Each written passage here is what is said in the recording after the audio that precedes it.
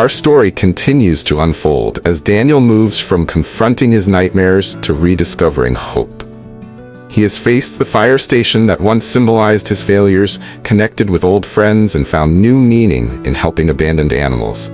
But the final step in healing is embracing the future without forgetting the past. Join us in part 3, where Daniel and Scout's journey reaches deeper resolution, proving how one act of compassion can transform not just a single life, but many. On a weekend shift at the shelter, Daniel notices Lily, a teenager with tears in her eyes, standing near a trembling puppy's cage. Approaching gently, he learns she once had to surrender her own dog due to family troubles. She regrets it deeply. Daniel shares a short version of how saving Scout restored his will to live, encouraging Lily to volunteer, even if adopting isn't possible right now. Lily nods, heartened by Daniel's sincerity. As he leaves, he feels a quiet satisfaction, realizing how far he's come, able now to guide others in distress. The shelter hosts an adoption fair. Daniel helps set up kennels and welcomes visitors. The local paper features a small article on volunteers mentioning Daniel's past as a firefighter and his transformation through rescuing Scout. He blinks at the attention, but any embarrassment fades when he sees families adopting joyful pets. Scout, wearing a bright bandana, delights kids by wagging his tail. After the fair, Daniel's heart brims with pride and relief. He didn't seek recognition, but seeing these animals find homes reminds him that kindness can ripple outward. After the event, Daniel pushes open his apartment door. Once a place of stale air and dark memories, it now feels comforting. Light streams through uncluttered windows. Scout barks a greeting, then trots over, tail swishing. Daniel sets down a bag of dog treats, smiling at the dog's anticipation. He thinks about how not long ago, every day felt suffocating. Now there's room to breathe, to hope, even to plan for the future. Early morning, Daniel and Scout head out for their daily walk. The city is quiet, the sunrise casting pink and gold across deserted streets. They pass the alley where Daniel first found Scout. He stops, remembering the soaked cardboard box and the pup's terrified eyes. Kneeling, he pats Scout's fur, murmuring, "We beat the odds, didn't we?" The dog wags his tail as if answering yes. Daniel stands, feeling a surge of gratitude for a moment that changed both their lives. A surprising phone call reaches Daniel. An old contact from the fire department invites him to speak at a community safety program about emergency preparedness for families and pets. Initially, fear grips him, public speaking, plus reopening old wounds. But he eyes Scout curled on the couch, recalling how he once overcame fear just to save a trembling dog in an alley.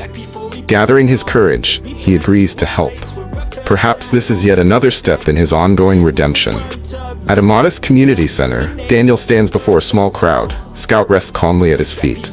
Daniel's voice shakes at first, but he shares his story. The tragic fire, the guilt, the downward spiral, and how a lonely puppy named Scout turned his life around. He explains that by saving Scout, he rediscovered his own will to keep living. The audience responds with soft smiles, nods, and applause. Daniel nearly chokes up, but holds firm, feeling a deep sense of purpose in sharing his journey. After the talk, a boy approaches Daniel, recounting how he once saw a stray dog and did nothing. He regrets it. Daniel kneels to meet the boy's gaze, telling him that next time he should find an adult or a shelter to help. The child thanks him, eyes shining with resolve. Daniel ruffles Scout's ears, realizing that maybe through every dog he rescues or every person he inspires, the regrets of his past lose a bit more of their sting. Fate brought him and Scout together so he could pass this compassion on. Late at night, Daniel sits at his kitchen table, pen in hand. The question, "Why did the old man do that to the abandoned dog?" echoes. He writes down his reasons. Because guilt and compassion intertwined. Because he needed to save something when he couldn't save everyone before. Because it was the only way to remember who he used to be. A protector. Scout snores softly nearby, an unspoken testament to how saving one frightened pup also saved Daniel from drowning in sorrow. He closes the notebook, feeling a quiet acceptance of his past. Life settles into a peaceful rhythm. Daniel juggles volunteering at the shelter, keeping up with therapy, and occasionally sharing a meal with Mark or Linda. Scout greets him every morning with a wagging tail, bounding around with unrestrained joy. While the memory of that tragic fire still exists, it no longer dominates Daniel's every thought. He can mention it calmly in therapy, acknowledging the pain while also celebrating how far he's come. The nightmares are rarer now, often held at bay by Scout's comforting warmth. On the front steps of Daniel's apartment building, a warm night breeze rustles the leaves of nearby trees. The stars glow softly overhead, and Scout lies content against Daniel's leg. Daniel gazes at the vast sky, feeling at peace. He gently strokes Scout's fur, whispering, "We've come a long way, haven't we?" The dog sighs contentedly. In that quiet moment, man and dog share a bond forged through loss and found through compassion. The old man who once believed he had nothing left to give has discovered a profound truth. Sometimes in saving the life of another, we find the strength to save ourselves.